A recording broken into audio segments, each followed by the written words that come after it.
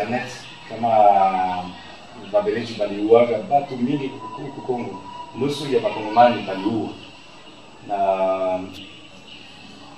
wewe akujua ile mambo kuko mambo mengine nyemba anasemaga, alikuwa anasema kama Babeleji walikuwa nakata mikono ya Bakongomani wakikatala kutumika, wanakata mikono.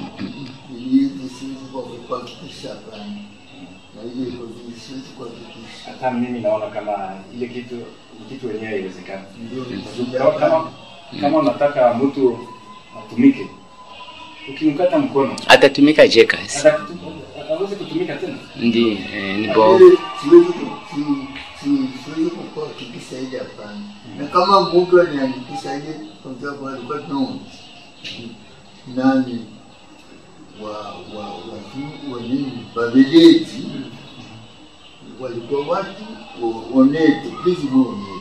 Maana yake unapofanya kazi na kulipa, lakini nusu yake analinda kwake, lakini kila mtu ukifanya kazi mwezi unaisha na atakulipa, lakini mle ndani kuko nini yake, lakini atisetu wewe uko na furaha sana kama kila mmoja anakulipa, kila mmoja anakulipa. Kwa hiyo Wabeleji walikuwa vizuri. Ndio wakati wa hapo wanafia Kongo wakaanzisha watu. Esi kutoka hapo na wewe. Hapana, wote ni ngani mtoto. Wapo ndio wapo ndani ya Chikala. Hapa wakati nilikuwa katika Tanzania. Kulikuwa tu nani jamaa moja. Nikiwa kama niko padri. Nishabu ile mziki yangu nani jamaa yangu. Maana yake nikiacha arbre genealogique. Maana yake baba na mama mzazi yupo na mama yake, na yule mama yake yupo na kambo yangu na watatu iko yake TV. Sasa ndio wa kwanza nani wakati huyu wakoze kambo yangu, yeye alizaa mtoto mmoja tu. Alizaa mtoto mmoja tu. Akisha kuzaa mtoto mwanaume akakatwa akamatwa na simba. Akabakia peke, ndio akabakia ufele. Sasa na mama yake mdogo ndio kambo yangu mimi. Mama yake mdogo ndio akamtunza yule mtoto. Sasa yule mtoto pale alikuwa kijana akabebwa na Barabu. Wakaenda kule maana yake ni kusema kama vijana wa siku hizi wachache tu kulikuwa na ukweli. Na mlikuwa na ukweli ataendelea bila bajia za matatizo yote atamaliza masiku yote. Inaonekana asiko na ujanja ndani katika maisha yake. Wote watapressure mtoto yuko hivi, mtoto yuko kwani. Pale wanaposema mtoto mzuri sana. Uzuri wa mwili, uzuri wa matendo. Est-ce que Babeleji wamkujisha banwa? Babeleji kuonyesha kuwaonyesha hapana. Walikuwa tunaishi pamoja, lakini wenyewe wapo juu. Wapo hapo juu. Kwa hiyo kuonyesha hapana. Kuonyesha ni ile kwa upande wa Arabu. Wenyewe hapana. Alafu kuwapika wanwa weusi fimbo. Est-ce que Babeleji wakupika weusi fimbo uta kufanya kazi? Ndio hiyo ilikuwa inafanyika. Ilikuwa inafanyika mara nyingi sana. Ndio. Zaidi kama mtu afanya nini ndio maana yake walikuwa na mpaka sasa watu watakuwa tunasikia kumwambia hiyo asikumwombe ndio anaanza kupiga fimbo kusuda pale kama vile nyama. Mimi kule apenda uko nani ngombe ukitaka kukunywa ngombe kumpiga fimbo kwa matako. Voilà, un bilan humain, rien ne l'exprime mieux qu'un adage des gens de l'Équateur. Beto fait boler Iwo, le caoutchouc et la mort. En 1920, le Congo compte 10 millions d'habitants. Par rapport à 1880, c'est 2 fois moins. Donc en 40 ans, le pays a perdu 10 millions de personnes globalement. Mais dans certaines localités, les pertes s'élèvent à 60, 70, 90%. Donc le caoutchouc a été la catastrophe. Jamais les peuples du Congo n'avaient connu un désastre pareil. C'est-à-dire ici on est à la recherche du caoutchouc, on est à la recherche de l'ivoire. Et maintenant il y a plusieurs entreprises, n'est-ce pas, qui s'étaient installées dans l'EIC pour l'exploitation de ces matières-là. Et c'est là qu'on va constater des abus. Par exemple, on va obliger aux Noirs d'apporter telle ou telle quantité de caoutchouc. Et si le Noir, le Congolais donc, ne parvient pas à apporter cette quantité demandée, alors il a des sanctions. C'est là qu'il y avait des sanctions punitives et des sanctions, bon, il y a ceux qui avaient les mains coupées, etc., pour n'avoir pas apporté la quantité de caoutchouc exigée. Oui.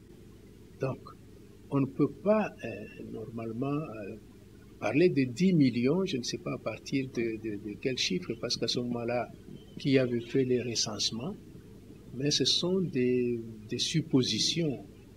Et est-ce que c'était un génocide, comme on le dit, mais il faut prendre ces choses-là avec beaucoup de réserve. Est considéré comme le roi bâtisseur qui a permis à la Belgique d'avoir une colonie au Congo, Sa Majesté le roi Baudouin doit être considéré comme le roi libérateur qui aura permis au Congo d'obtenir son indépendance. Dès lors, au Congo, la machine s'emballe. Tandis que les partis se multiplient, des troubles éclatent un peu partout. Est-ce que Léopold a pu tuer des millions de Congolais dans le temps? Moi, je suis né juste après Léopold II.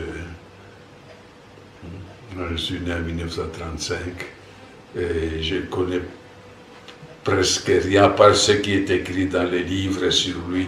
Je ne connais rien de plus. Et ce que mon père a déclaré là à ses petits-enfants, c'était pour les amuser un peu.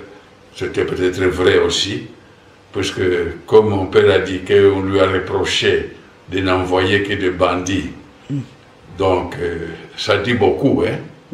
Parce que lui aussi, mon père, c'était, comme je l'ai dit tout à l'heure, un dur à cuire, hein.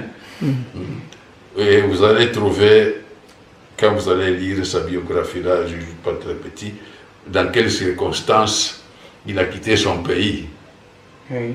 C'est parce qu'il était en conflit avec sa famille pour les problèmes des femmes.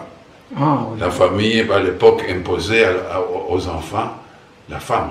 Et surtout que dans leur famille, c'était une famille d'horlogers bijoutiers. Donc des gens qui manipulaient l'argent et ne voulaient pas que dans la famille, n'importe qui emmène une femme d'une famille peu fortunée. Enfin, j'utilise le mot peut-être un peu trop lourd, mais il se faisait que lui voulait épouser une autre. Mais la famille lui a imposé une femme qui faisait partie de la famille, qui était la nièce de sa belle-sœur. Alors il a refusé, il a dit, bon, alors dans ce cas-là, moi, je m'en vais, je vais aller épouser une Grèce. Restez avec votre argent et votre femme, je n'en veux plus. Bon, à ce moment-là, Léopold II, c'était le roi de Belgique, hein, en 1910. Malgré que le Congo était déjà, je crois que c'était en 1908 qu'il avait cédé le Congo à la Belgique. Parce qu'au début, d'après ce que j'ai lu, je n'étais pas là, la Belgique ne voulait pas du Congo. C'était trop lourd. Et Léopold II, c'était sa propriété privée à l'époque. Jusqu'en 1908, je crois, hein, d'après l'histoire. Hein. Alors lui, il est venu en 1910, bon, c'était déjà des Congo belges, une colonie belge. Léopold II, ce n'était plus l'État indépendant du Congo. Lui n'est pas venu pendant la période de l'État indépendant du Congo. Il est venu pendant la période du Congo belge, mais le souverain qui était régnant, c'était donc Léopold II. Ouais. Sincèrement, rien du tout, à part ce qui est écrit. Tout ce que je sais, c'est ce que j'ai lu dans les livres d'histoire. Mais quant à dire d'histoire racontée par un membre de ma famille, malgré que mon grand-père, vous allez lire là aussi, avant du temps de Léopold II, lui, il n'a pas connu Léopold II comme tel, mais c'est du temps de Léopold II qu'il a été délivré de main des Arabes qui l'ont fait esclave. Et ce sont les missionnaires envoyés par Léopold II. J'ai même cité le nom de 2 missionnaires, c'était des Français, qui l'ont racheté parce qu'il a été vendu par sa famille. On a mangé sa mère en sa présence. On l'a vendu aux Arabes. Il a été enchaîné, traîné à pied jusqu'à Zanzibar. C'est à Zanzibar qu'il a été racheté par le premier missionnaire qui venait par cette voie-là. Et ces missionnaires, c'était des missionnaires envoyés par le cardinal Lavigéry, qui, à partir de la maison Carré, qui se trouvait à l'époque en Algérie. Et c'était des missionnaires fondés donc justement par ce cardinal Lavigéry. On les appelait les pères blancs, qui l'ont racheté. Et toute sa vie, jusqu'à sa mort en 1945, il est resté au service des missionnaires. Et c'est particulièrement de Monseigneur Roulens, qui était un des premiers missionnaires qui sont arrivés à l'époque. Alors lui, mon grand-père, ne m'a jamais parlé de Léopold II. Je ne sais même pas, enfin il connaissait peut-être son nom, quand on lui racontait, mais il ne nous a jamais parlé à nous, ces petits-enfants, l'histoire particulière de Léopold II. Il nous racontait plutôt les histoires de ce qu'il a enduré quand il était esclave.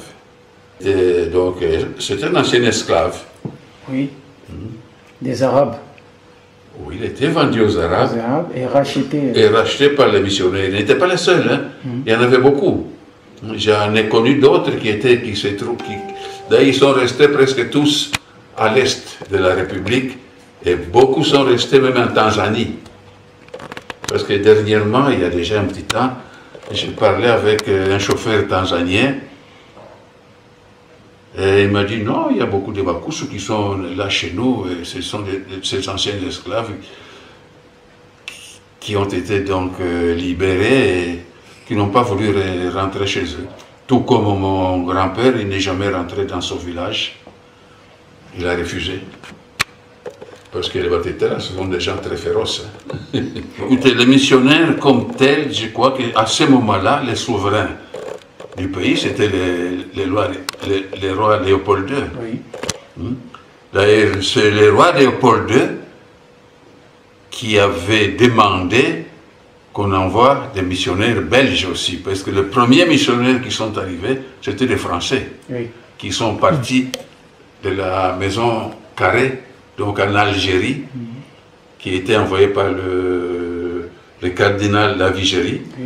Alors Léopold II a demandé qu'on envoie beaucoup plus des